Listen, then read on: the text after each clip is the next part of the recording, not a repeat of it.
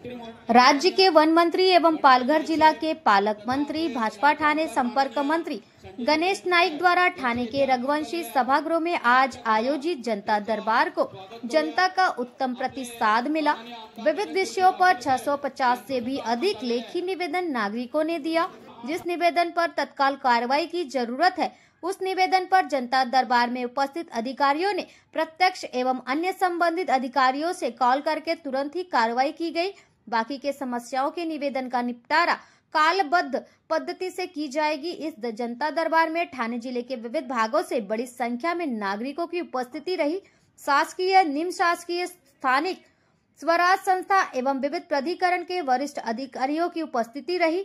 भाजपा के विधायक संजय केलकर, पूर्व सांसद डॉक्टर संजीव नाइक, विधायक निरंजन डावखरे, भाजपा जिला अध्यक्ष संजय वागुले, प्रदेश पदाधिकारी संदीप लेले, समाज सेवी धनंजय सिंह, एनसीपी अजीत दादा पवार गढ़ जिला अध्यक्ष आनंद परांजपे, इनके साथ ही महागठबंधन के वरिष्ठ पदाधिकारियों की भी उपस्थिति इस कार्यक्रम में रही।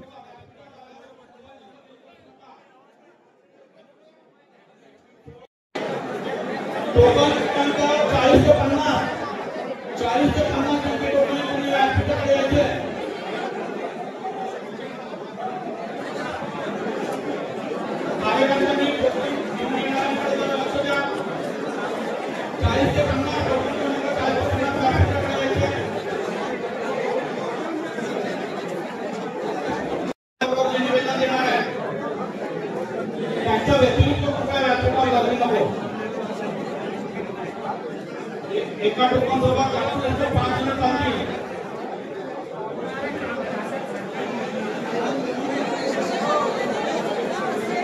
त्यांचं निवेदन निवडून आले, त्यांची व्याख्या करून खाली उतरायचं आग्रहाची विनंती आहे। सगळ्यांना व्याख्या करून निवडून आलेल्या त्यांनी वापरायचे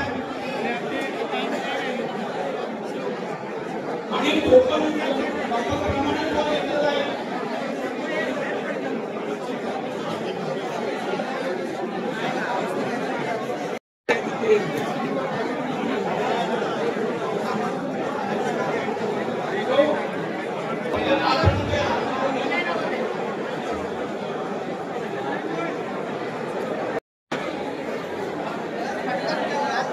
व्यासपीठावरची गर्दी कमी करा।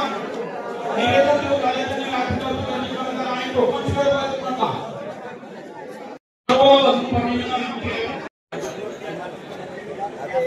चला